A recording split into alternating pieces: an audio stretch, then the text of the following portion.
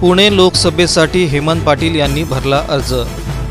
India against करप्शनचे राष्ट्रीय अध्यक्ष व अपनी प्रजा हित पार्टीचे लोकसभेचे उमेदवार हेमंत पाटील यांनी आज जिल्हाधिकारी कार्यालय येथे भरला अर्ज। अनोख्या पद्धतीने क्रिकेट युनिफॉर्ममध्ये खेळाडूंच्या समवेत त्यांनी आज जिल्हाधिकारी कार्यालय पुणे येथे अपनी प्रजा हित पार्टीकडून उमेदवारी अर्ज दाखल केला। लोकसभेमध्ये मी आज उमेदवारी अर्ज दाखल केलेला आहे।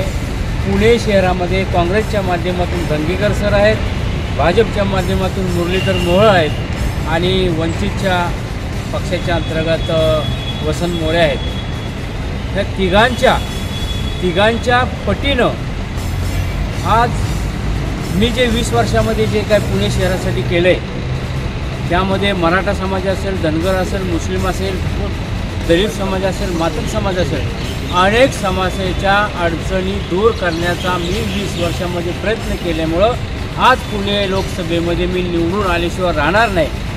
पुणे शहरामध्ये 70-75 वर्षापासून तुम्हाला एक छोटंसं संडास होत नाही।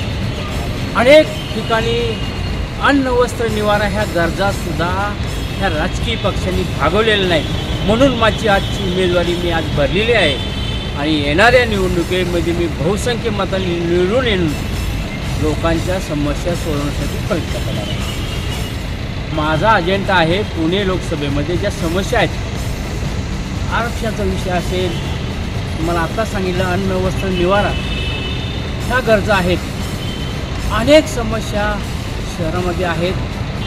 बेरोजगारीचा प्रश्न आहे। बेरोजगारांच्या प्रश्नामध्ये जगातील सर्व देशातील मुलं या ठिकाणी नोकरीला आहेत, परंतु पुणे लोकसभेमध्ये 1.5 लाख लोकांना अजून नोकरी मिळालेली नाही। ती नोकरी देण्यासाठी मी जर लोकसभेला निवडून आलो तर ह्या 1.5 लाख बेरोजगारांना मी नोकरी पुणे शहरामध्ये देणार आहे। त्या समस्या सोडवण्यासाठी माझा प्रयत्न राहणार आहे।